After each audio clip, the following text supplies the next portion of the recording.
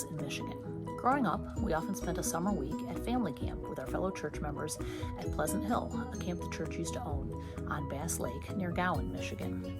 I was a confirmation camper at both another former camp, Mishawaka, and at our current camp, Stony Lake.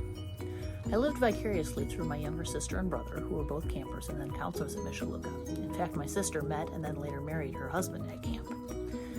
As a camper, I learned wonderful lessons about God's love. In fact, one great memory is when a counselor, who heard me playing a camp song by ear on the dining hall piano, told me my musical ability was a gift from God that I could use to honor Him. I do so to this day. More recently, all three of my children have been campers at Stony Lake. They look forward to that summer week at camp all year long. They love being in nature and being in a place where they can see God's love in action through the acceptance and love that shines from their counselors and their fellow campers. They come home singing camp songs, and we often hear the Superman prayer or Johnny Appleseed before family dinners throughout the year. As I mentioned, there used to be other Lutheran camps in Michigan. In the 80s, we had Pleasant Hill, Mishawaka, and Tecumseh Woods along with Stony Lake. Camping ministry and the support for it has declined to the point where Stony Lake is the only camp left. The good news is that the programs and ministry at Stony Lake is going strong, and we have an amazing opportunity to support them.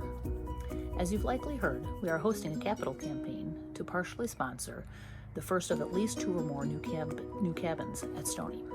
This will be a very welcome upgrade, since the rest of the buildings at camp are the same ones that were there when I was a camper in 1988, and they weren't new then.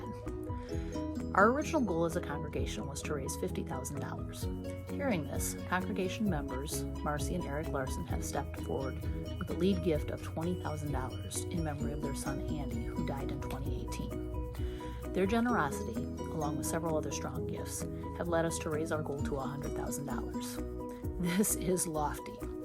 I am here to encourage you to prayerfully consider the impact Stony Lake's ministry will have on the young people in our congregation and across the state for years and generations to come. This is God's work in action. As I learned at camp, the Lord is good to me, and so I thank the Lord for giving me the things I need, the sun, the rain, and the apple seed.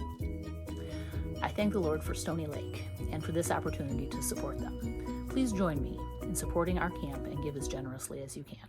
Thank you.